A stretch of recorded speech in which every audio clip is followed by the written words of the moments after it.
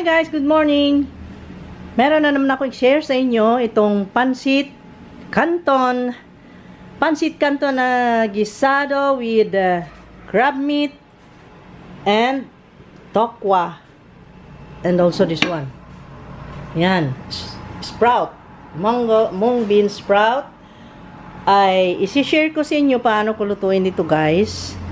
At hindi ko pa na-decidean kung anong ipapangalan ko dito. Basta't pancit canton gisado ala MJ ang ipapangalan ko dyan. Kasi wala akong ginayahan, wala akong nakitang ibang nagluto nito.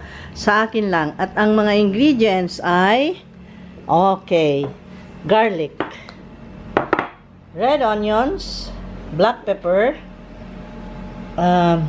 pangalan nito, pork kasim, crab meat, mung bean sprout, pancit canton, the tokwa, and then I have here for seasoning my black bean garlic sauce.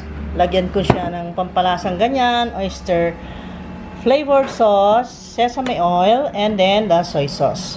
At hindi ko na siya lalagyan ng salt. Lagyan ko lang siya ng black pepper. Okay, for the seasoning. Okay.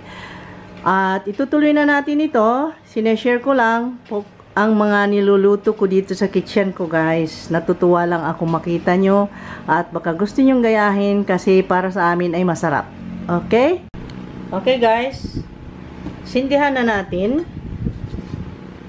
Talagang pinapakita no? Ayan. Kaya lang mahangin ang window. Kasi kung i-close ko naman ang window ay madilim. That's why, sige lang. Okay lang yan. Basta't uminit yung kawali at makaluto tayo. Okay guys. Mainit ng kawali. Lagyan ko siya ng sesame oil. Ayan. 3 tablespoons.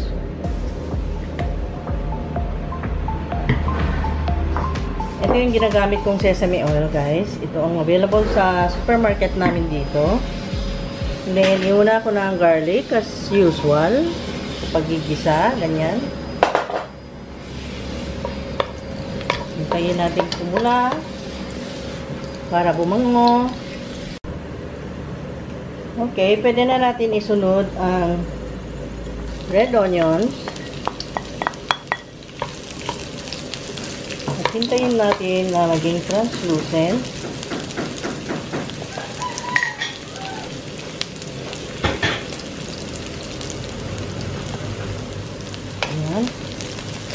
Then, ilagay na natin ang karne. Puputiin natin.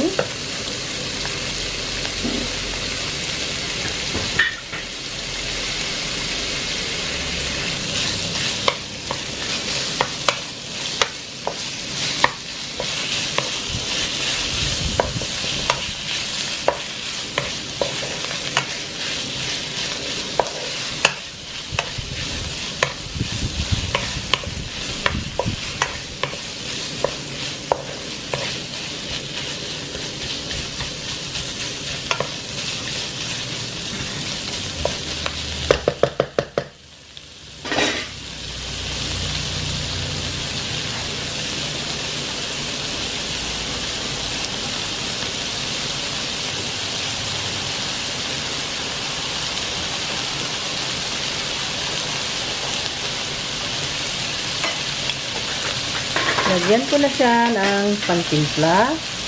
Ito po yung black bean garlic sauce. Just 1 tablespoon. Like that. And then,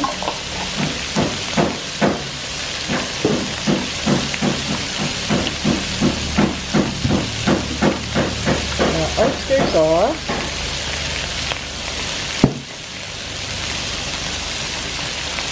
One, two. Hindi natin dadamihan dahil baka mamaya umalat. And then another 2 tablespoons of the soy sauce.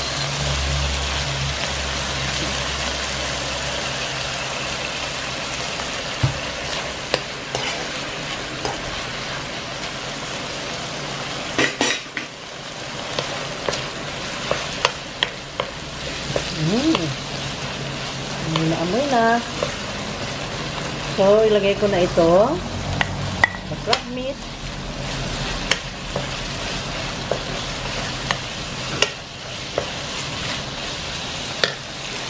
Yan. Then, I will prepare the tengan daga. Nakalimutan ko tengan daga, guys. Wait ha, sorry. And then, yun na. Patuloy natin.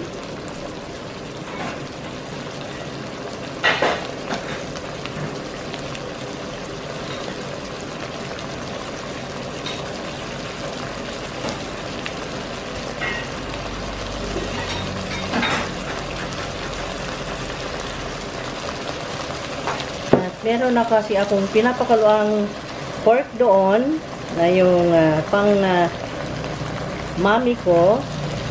Pang mami. Yung ginawa kong sopas, ito yung sabaw niya. Kaya kumuha ako ng unti para isasabaw dito, guys. Pero pwede ring tubig lang para lang madagdagan ang lasa. Ayan ang kinuha ko. And then, yun na ang isabaw ko dyan. Pagkatapos kong ihalo itong tengan daga, ayan, meron na akong tengan daga.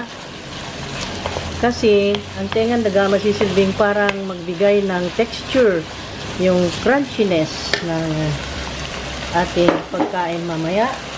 Bukod pa doon sa mung bean sprout. Tapos lagyan ko siya ng broth. Ayan, sabaw. Ganun, guys. Sarap nito. Then, lagyan ko na siya nitong aking pansit. Ayan. Palambutin natin ang pansit dyan. Ayan. Kita nyo? Hindi ko na siya binasa. Diretso na yan. Kasi kusang lalambot yan dyan. Balibalik ta rin ko lang. Hanggang siya ay ma-moisten. Like that. Pagka nakakuha na siya ng basa dyan sa sabaw, yan ay mamoisten na, guys. Ayan.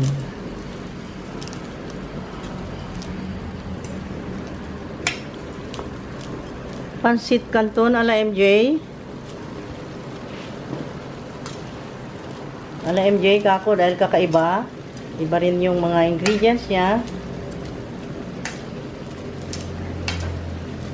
Ayan. Unti-unti siyang natutunaw.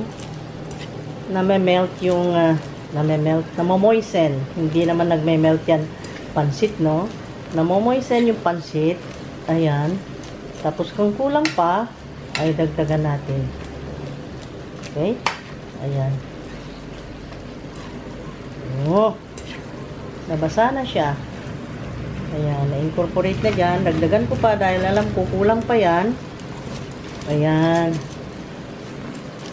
Tapos, iprito ko yung aking tokwa para i-toppings dito, guys. Sarap. Sarap dito.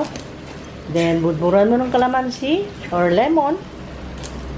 Pag kumain ka na, naku, sarap dito. Ayan. Enough na yung pansit niya para masarap talaga. Para yung toppings ay lumasa dyan sa pansit. Ayan. Sarap nito.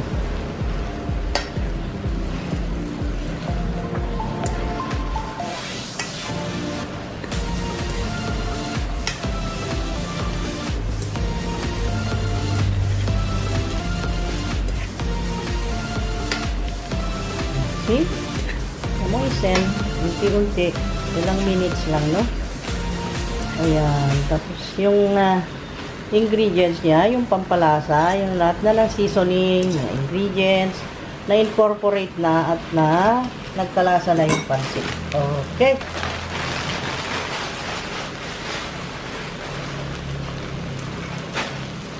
Tapos ngayon, ay ilagay na natin ang sprout.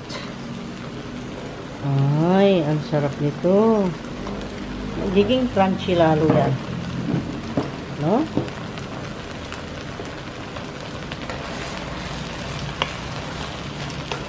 Malapit na tayong kumain.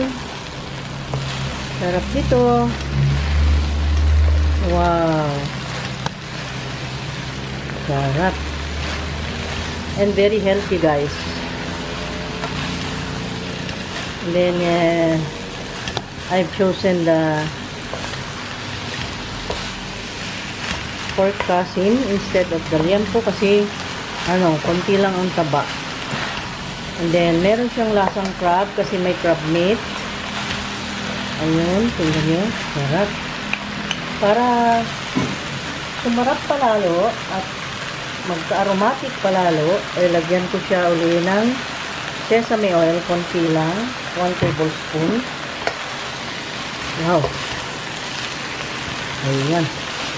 Okay, patayin ko na guys. Ayokong ma-overcook yung mung bean sprout. Dahil maluluto na siya dyan sa kawali. Pero lagyan ko muna siya ng budburan ko siya ng freshly pound kako dahil binayo ko ito. Ayan. Ayan. Freshly dried black pepper. Okay, patayin ko na. Enough?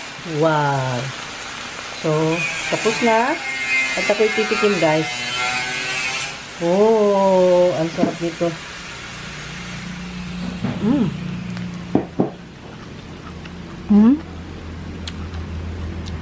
You can hear the crunchiness of all the ingredients.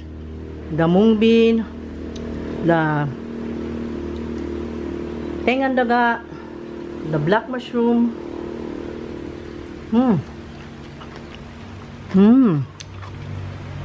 Sarap guys. Grabe. Sarap. I will show you. Kain na tayo. Wala na, no need na to add any more salt or any seasoning anymore kasi enough na siya. Okay? Maglagay ako sa plato para sa inyo. Ang sarap. Look at this. Diba? Oh. Look guys, very simple pancit and it is very delicious, yummy yummy. Okay? Let's eat. Hope you like it. Please like, comment, share, and subscribe. Yung ulit-ulit kong sinasabi, paki-smash yung bell button para kayo ay ma-update always sa mga bago kong videos at hindi ka magkakamali. Talagang totoong napakasarap. Okay? So, see you again next time. I love you guys. Ayun.